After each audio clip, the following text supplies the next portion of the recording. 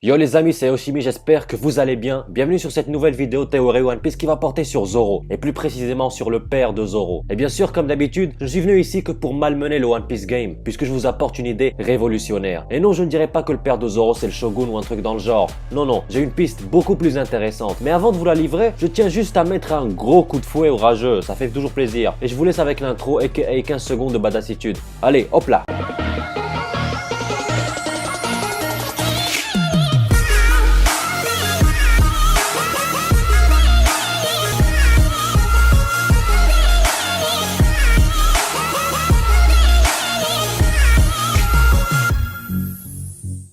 C'est parti. Et pour commencer, je tiens à dire que bien qu'il n'y ait que très peu d'éléments sur cette piste me paraît très intéressante. Sinon, bien comme vous le savez, on est bien au courant du passé de plusieurs Mugiwara. Néanmoins, jusqu'à récemment, les passés des deux rivaux, à savoir Sanji et Zoro, étaient complètement obscurs, complètement inconnus. Mais avec la révélation de celui de Sanji, la révélation d'un passé très lourd, on s'attend forcément à ce que celui de Zoro le soit tout autant. De là sont partis les Zoro fils de Shogun et les Zoro fils de Gorosei. Bref, les gens ouvriers comme d'habitude. Mais bon, pour revenir à Zoro, on ne sait rien sur lui, mais absolument rien. Tout comme Sanji, son flashback commence alors qu'il avait déjà un certain âge. On le voit au village de Shimotsuki enfant et déjà avec le rêve de devenir le plus fort. Il est pris en charge par Koshiro, mais on sait que ce n'est pas son père. À l'origine, sa rencontre avec Koshiro et Kuina est venue du fait qu'il les a défiés. Il a demandé à Koshiro de se battre et si il gagnait, il aurait le droit de prendre son dojo. Il faut savoir que ce genre de pratique qui consiste à se battre et à ce que le gagnant s'empare du dojo du perdant était très répandu au Japon il y a quelques décennies, voire quelques siècles. Et dans One Piece, quel pays est directement inspiré du Japon?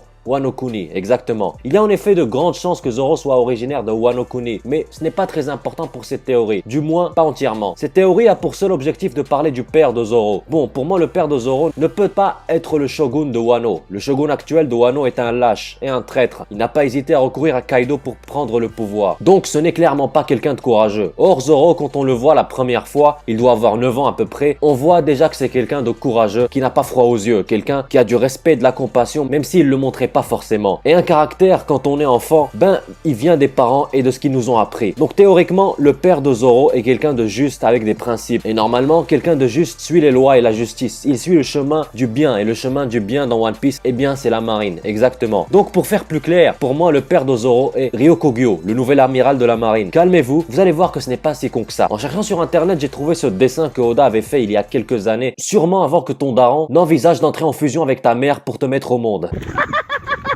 Ah, on va bien s'amuser là. J'adore l'humour, amenez-vous. Plus sérieusement, ce dessin remonte au chapitre 70. J'ai eu beaucoup de mal à le trouver, donc ne vous étonnez pas si vous ne le trouvez pas. Et c'est censé être le taureau vert. Bon, avant de nous intéresser à la photo en elle-même, c'est quand même très important de relever qu'elle a été faite il y a très longtemps, au début de One Piece pratiquement. Oda pensait déjà à ce personnage. Mais pour quelle raison l'aurait-il fait s'il n'était pas important? Il y pensait déjà car ce personnage aura sûrement un rôle majeur par la suite. Et puis, Oda envisageait sûrement déjà de l'introduire dans l'histoire, mais finalement il a changé de stratégie. Il a même pris la décision complètement opposée, puisque Ryokogyo est gardé secret jusqu'à aujourd'hui. D'ailleurs, pour quelle raison est-il gardé secret? Pourquoi Oda le cache-t-il jusqu'à aujourd'hui? Pourquoi évite-t-il de montrer ne serait-ce qu'une partie de son physique ou de son caractère? Quel est le numéro de Reiju? Plein de questions qui sont sans réponse car Oda en a fait le choix. Un autre élément m'interpelle, le caractère de Zoro. Rappelez-vous, Zoro était un chasseur de pirates. Il est d'ailleurs toujours surnommé ainsi. Zoro, avant de rejoindre Luffy, avait une mauvaise image des pirates. Il en faisait son gagne-pain. Ça montre à quel point il les méprisait. Zoro avait clairement une vision du monde où les pirates étaient des crapules, même si, il faut le dire, il n'était pas non plus à fond pour la marine. Mais ça, c'est Zoro. Il est comme ça, il s'en fout un peu de tout. Bref, en tout cas, Zoro est le seul pirate au monde qui possède le surnom de chasseur de pirates. Coïncidence? Je ne pense pas. Je dirais foreshadowing. Sinon, pour revenir à la photo, regardez bien. Avant même le physique, rien ne vous frappe? Si Dono, hier ma mère m'a mis de grosses claques dans la gueule parce que j'ai pissé dans le lit. Starfoula, mais c'est gênant, c'est qu'une expression mon gars. Quand je demande si rien ne vous frappe, ça veut dire est-ce que rien ne vous interpelle? Oh là là. En tout cas, j'adore l'humour, ramenez-vous. Plus sérieusement, Zoro est souvent assimilé à Wano. Même le village dans lequel il était est quand même très connoté Japon, et donc à Wano Kuni. Eh bien, regardez la photo. Le taureau vert porte des vêtements traditionnels japonais. Exactement. Coïncidence? Je ne pense pas. Je dirais foreshadowing. Ça fait 2. Sinon, physiquement, de tête, son visage a la même forme que Zoro, et surtout les cheveux. Les siens sont un peu plus longs, mais c'est clairement la même texture que Zoro. Un peu frisé, un peu... Voilà. Et enfin, enfin, jamais 203 sauf pour les couilles. Le plus gros foreshadowing qui me saute aux yeux, c'est le surnom de Ryokugyo, le taureau vert. On sait que ces surnoms sont souvent donnés aux amiraux par rapport à leur pouvoir et leur caractère. Kizaru est assimilé au singe, Akainu au chien, lui au taureau. C'est donc sûrement quelqu'un qui fonce tête baissée, corne en avant. Ça correspond à un épéiste qui fonce avec ses sabres, en sachant qu'il pourrait venir de Wano, ça prend tout son sens. Quant à la couleur, le vert, Zoro a les cheveux verts, donc peut-être que son père a également les cheveux verts, d'où son surnom de taureau vert en rapport avec sa chevelure. Mais ce n'est pas obligé, pour moi le plus important c'est le choix de la couleur verte qui est propre à Zoro, et surtout pour un personnage que Oda cherche à garder secret pour une raison inconnue. Pour moi, il doit donc y avoir un lien, il y a beaucoup trop de coïncidences et de points en commun. Donc pour moi, ça serait très logique que Ryokugyo soit le père de Zoro. Ça nous donnerait également une très belle comparaison, ça nous donnerait Luffy fils de révolutionnaire, Sanji fils d'une famille royale qui est en même temps impliquée dans la pègre, et enfin Zoro fils d'un amiral. Les membres du Monster Trio seraient donc issus des trois entités qui régissent le monde. Le seul domaine qu'ils ne maîtrisent pas, c'est celui de la piraterie. Mais ils pourront s'en emparer ensemble, et je trouve cette symbolique magnifique. Trois amis qui viennent d'environnements complètement opposés et qui se lient grâce à une seule chose, la piraterie et l'aventure. Voilà les amis, c'est ici que se termine cette vidéo, j'espère qu'elle vous aura plu. N'hésitez pas à fracasser la gueule du pouce bleu, faites-le porter plainte à cet enfoiré, à vous abonner si c'est pas encore fait, et à me laisser un commentaire pour me dire ce que vous pensez de la théorie, si vous êtes d'accord ou si vous avez une autre idée. N'hésitez pas également à me suivre sur Twitter, c'est très important pour la suite, mais vraiment. Sur ce les amis, je vous remercie pour votre attention et vous dis à très bientôt. Ciao!